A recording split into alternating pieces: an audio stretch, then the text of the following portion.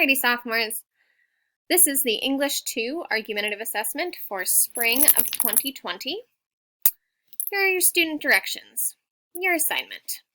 Your task is to plan and write a formal argumentative research essay in which you make a claim that is developed and supported with reasoning and evidence taken from research that you conduct.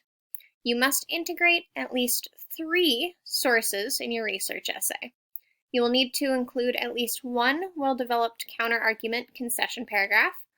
Please follow MLA format for citations, in-text, and works cited page, as these are required for all research.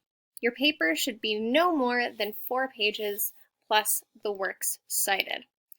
So you will be writing a 5-paragraph essay on the research you have conducted using at least 3 sources, right?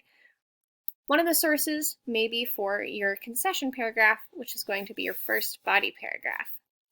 Make sure that your claim is your thesis, which, as I'm sure you remember, is the last line of your first paragraph and the main idea of your entire essay.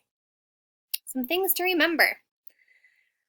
Argumentative essays include a strong claim, thesis, textual evidence to support the claim, stuff from your research, and counterclaims or concessions, the strongest argument against your thesis.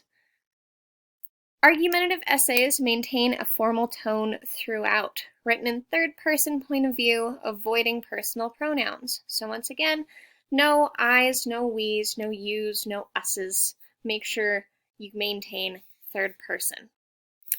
Avoid plagiarism. Follow a standard format for citation, in text, and a works cited page. Use the Writer's Handbook, which I will make accessible digitally to you for any MLA formatting. Make sure that if you are using evidence from one of your articles, you give me an in-text citation so I know where that information came from. Below we have the rubric, and I will make a separate video explaining what all of this means.